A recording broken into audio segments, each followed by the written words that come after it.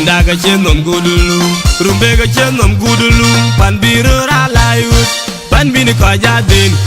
chegiri kegeden, nang buabaran jekang den, bagjala cholungu, menji den jaye da keunum,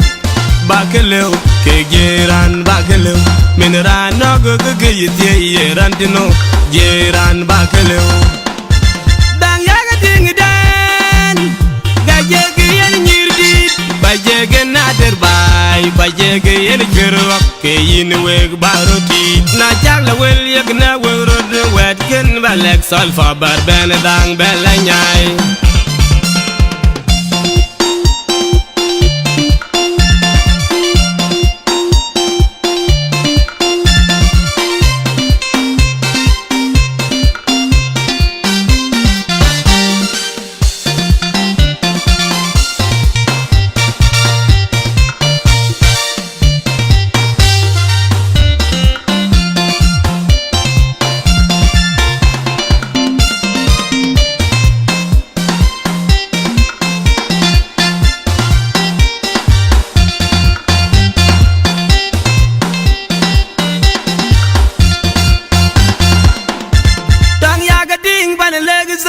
Kek teng ayai bigo modernin bige gero danog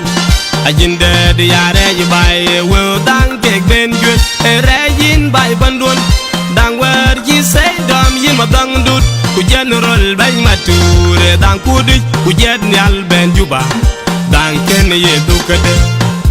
ye dukdeno ke toru bega che gog bañ ajin gel nyali je wala jin gel bay dum be ajin gel jeng wajag na chogurud ben no wapet ke jen bo manuran panda ga chenom gudulu rumbe ga chenom gudulu pan biru ralayut pan bini kaja din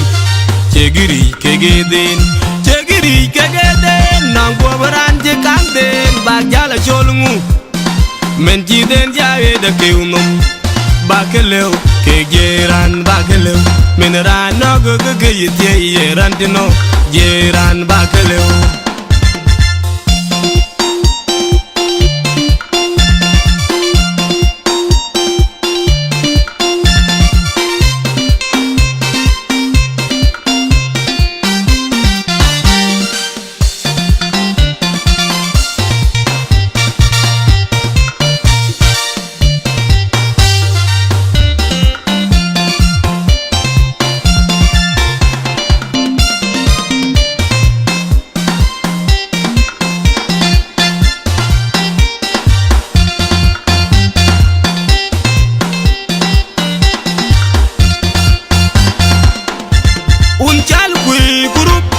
Walyam to yang nagrut yang abag yang agar telewe fog yang ab miet konti yang ab jar konti kolbiya terror